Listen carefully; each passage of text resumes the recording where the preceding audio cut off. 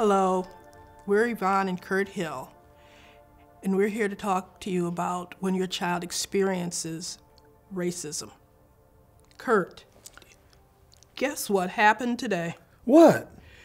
Nikki called. Mary was at volleyball practice, and some girl in the gym, hanging out in the gym, called her a racial slur, and then ran out of the room. Oh, no. Well, what did she say? Well, she called her a horrible name, and she talked about her lack of skill, and Mary was really upset. Wow, okay. Did Mary say anything, or did the parents say anything about it? Well, the parents tried to pretend like it didn't happen. Coach was there too, tried to pretend that it didn't happen or tried to ignore it. Nikki was fit to be tied. That's her child. She feels she has to protect her child. Yeah. But she has to help her child recognize what things she can do in that kind of situation. She gave her a big hug then and took her on home, but when she got home, I'm sure Al, you can know what Al would have done in that situation. But they've talked to their child about what to do about race, about recognizing racial slurs and racial implications. So they've explored and looked at some scenarios of what could happen. They recognize that they can't fight. They recognize that it's not the answer. Name calling back is not the answer. Being mean or ugly is not the answer. It's a lot easier when you have your friends around you to help you, but even the friends can't help. Yeah, that's true. And in some cases, we're at a loss of words, really. Yes. But that kind of impact, and it can have a definitely impact upon the child, you know, like you said, threw Mary off her game, and it could lead to depression, feeling bad about themselves, not feeling worthy, and that's an unfortunate situation.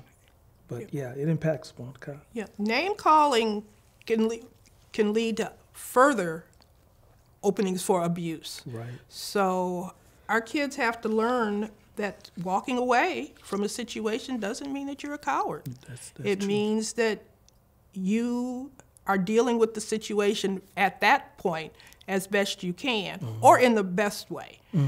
You could punch somebody in the nose, but that's really not usually acceptable in our society.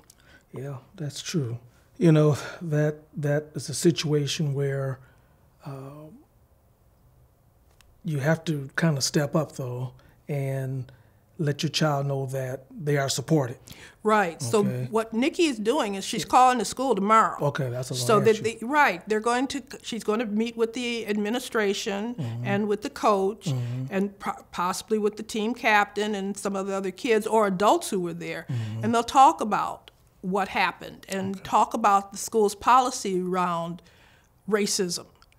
And if the school doesn't have a policy, then they'll have to write one. Yeah. Mary and Nikki and Al have some ideas, so I'm sure that they'll write them out and take them with them to the meeting. Okay, yeah, that's a good start to write down what they saw and therefore bring it to the administration, things of this nature. And it may help Mary not feel be a victim, okay, and feel a part of that process. It has to be part. The child has to feel that they have some controls.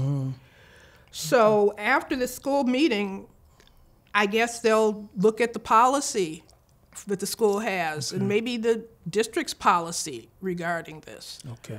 And hopefully they can attend some board meetings that will bring that policy up so that they will let the faculty know, teachers, administration, and the student body know that that kind of behavior won't be tolerated in school. Well, what about a police report? Well, a police report is something to think about. Certainly, they may want to take Mary's lead on it since it's the first time. But the police report, if it happens, is a thing to consider because it gives them a case number that they can follow up. And it will tell somebody that it will lead to further prosecution if those incidents happen again. Okay. So that's something. I'm hoping that Mary feels better and that she is consoled. We can talk about it, and Nikki will have to talk about it, and they'll have to continue. I'm glad they had their conversation about race before this happened. Yeah, and hopefully that'll lead to other parents taking more action to talk with their child so that they can then be informed when those type of things happen. They can kind of shut it down and look who did that and say, look, we need to educate you on this. This is not proper. So that would be a thing to take into consideration. And the administration definitely know that that's not appropriate, and any kid that does that could receive some repercussions, maybe even get kicked off the team, offer an apology, etc. So those are some of the steps that. Okay, I'll call Nikki and tell her what we've talked about. Okay, good.